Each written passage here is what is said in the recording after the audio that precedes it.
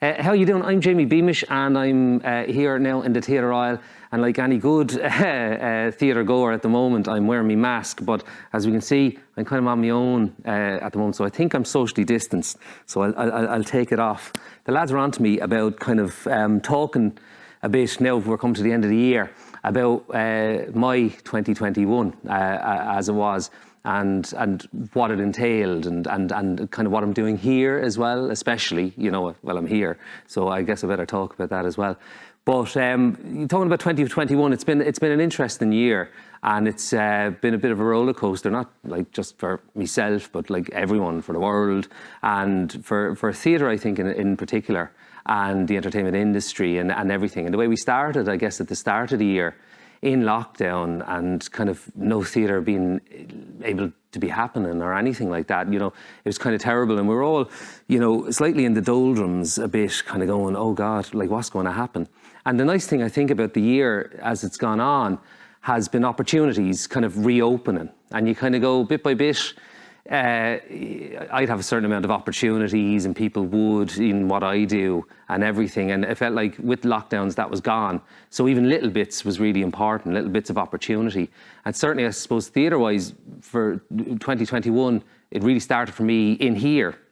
Straight away, we put on Ghostin', which was written by myself and Anne O'Riordan and performed by Anne O'Riordan. And we were able to stream that from the Theatre Royal out, into the universe as such.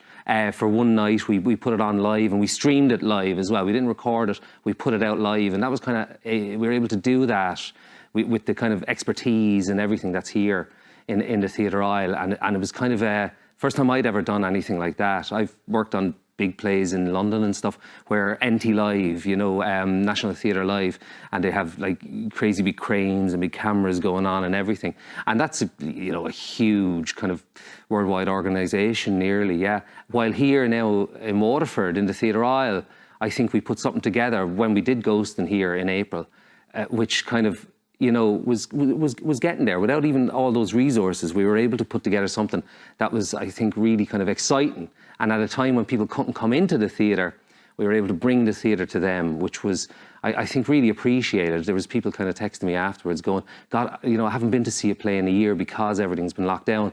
And to be able to watch it then, and see a Waterford story on stage from the comfort of my own home, it was a treat for them. And we were lucky as well, because then it was taken on by the Irish Repertory Theatre in New York, which is an off-Broadway house that kind of specialises in Irish theatre.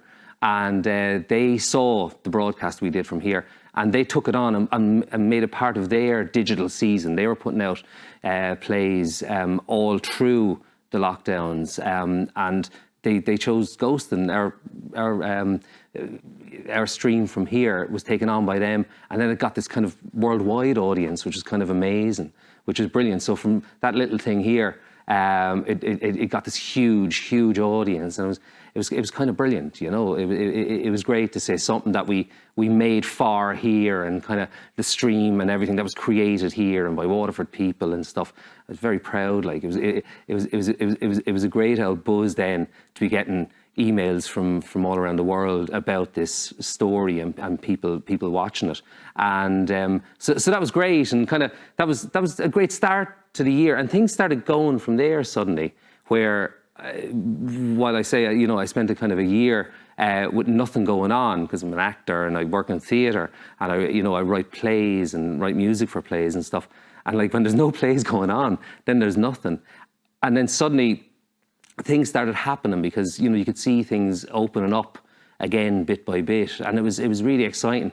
And I was lucky enough then to go away for 3 months to Canada and shoot a big TV show over there. I was playing a part in Billy the Kid, which will be out next year, and that doesn't have too much to do with the Theatre Royal here, but that was nice, so I'll just say that. But while I was over there then, something that we'd been talking about here in the Theatre Royal was announced, and it was kind of really exciting, was that I was going to be the first artist in residence here in the Theatre Royal, and it was a great buzz, and everyone was kind of really nice about it and stuff, to kind of hear that it was myself, because like, you know, I always tell the story, you know, I first went on stage here. The first time I got bitten by the bug of theatre was right here, and not necessarily sitting here, because my family, they weren't very theatrical at all. So I wasn't necessarily brought to a lot of shows here. The couple of shows I saw before I first went on stage was because I had some friends in it, and they were saying that they wouldn't be my friends if I didn't come and see them in it. And so the first time ever on stage was in 1992 here in a production of Chicago. So to be doing my artistic residency, to be doing a artistic residency here, and to be the first artist in residence meant an awful lot. And it's funny, and kind of I age myself saying this here now, because next year, when my residency will finish as such, in 2022, it'll be 30 years since I first kind of went on stage there, which it makes me get a little bit sick in my own mouth, to be honest. But it's, I think it's a nice kind of full circle and everything. So coming back from Canada after being out there filming, I was really excited because I got back in here and we started my residency. And what the residency has been and what I've been doing, it's kind of twofold in a way. My remit is to create a new piece of theatre for the theatre aisle, yeah? And in my head, and like the way I write and what I write about, it's going to be for Waterford, and it's going to be about Waterford, the story that I'm thinking about and the story that I'm working on.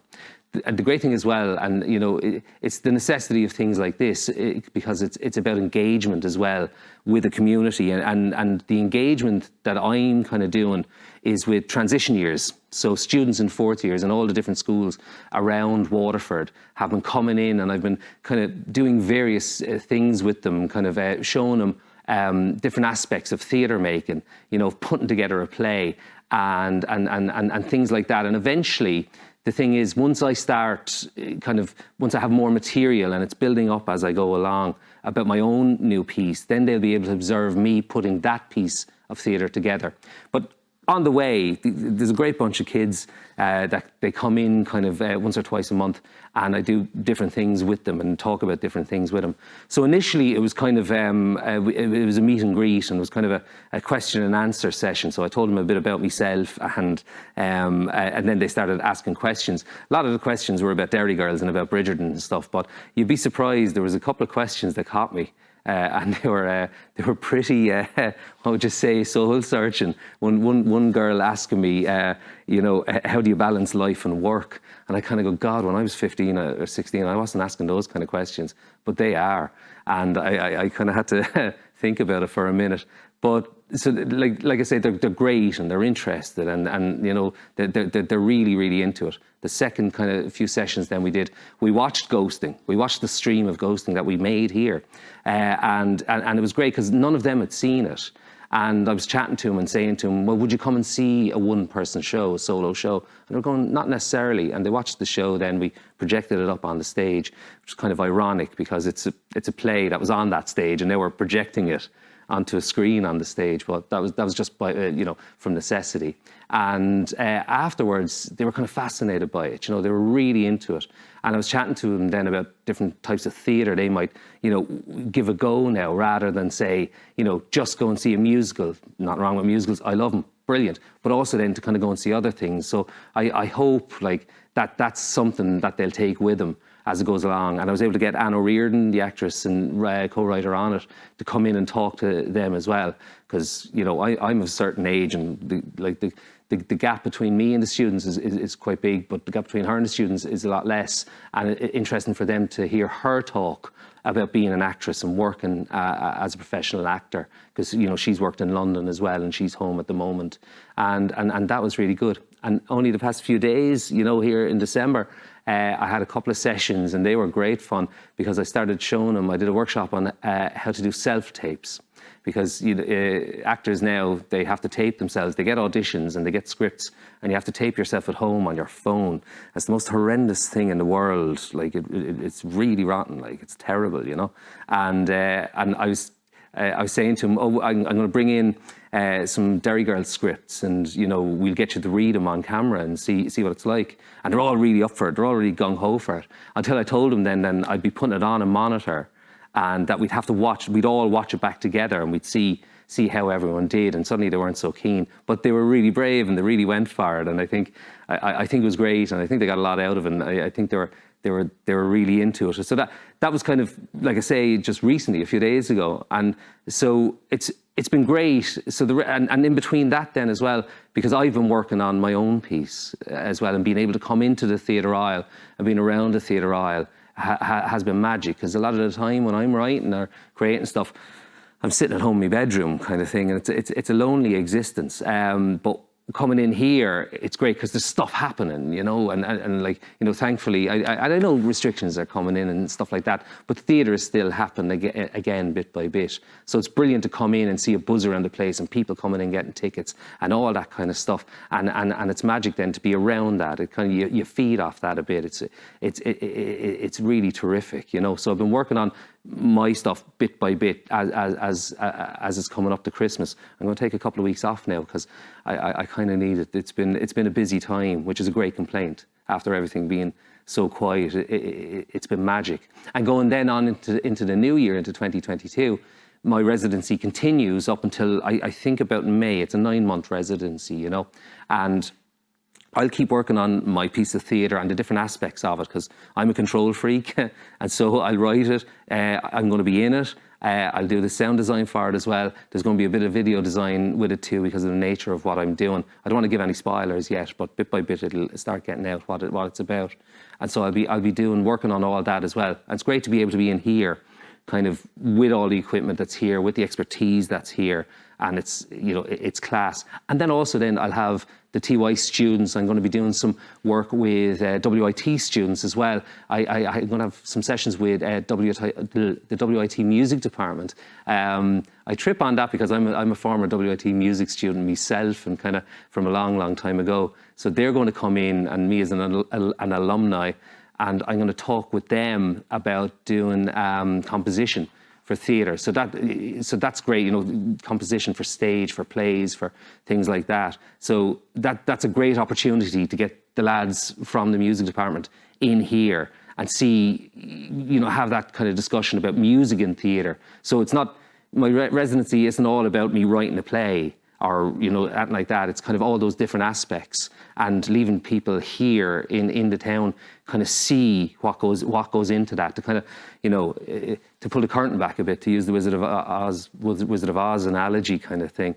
So that will be that kind of going forward into 2022, and also then to kind of, I'm about to do a play at the Abbey Theatre. I'm going to be in a play because I do have the day job as well, like as an actor, you know, I have to keep that going or else I'm in trouble. And so I'll be doing that. I'll be up doing Portia Coughlin at the Abbey. And then some daytimes I'll be coming down here then to work on the residency, head back to Dublin at night and do the show and stuff like that. So it's going to be a busy time. But I'm nothing if not a workaholic, and I'm really looking forward to it. Like, it's brilliant. But the great thing is, it has been the opportunity the past few months of being able to come in here and you know, do what I love. I mean, that's my great luck, to be honest, is to be able to get up in the morning and kind of go, I'm not dreading work, you know. I'm busy, but I love what I do. So if I have 5 things on, then, you know, that's 5 times the fun. That's the way I see it. Like, it's cool like that. To get this opportunity to do it here is magic. I've worked all over the world, and I always say that, like, you know, that my favourite stage is here, is coming home and being able to add to that. Like, yeah, so it's been cool, and hopefully now 2022 will be as crazy and as mad and as exciting as we go along. But, you know, who knows? But it's been a pretty good 2021, and this has been a nice way to end it as well. Nice one.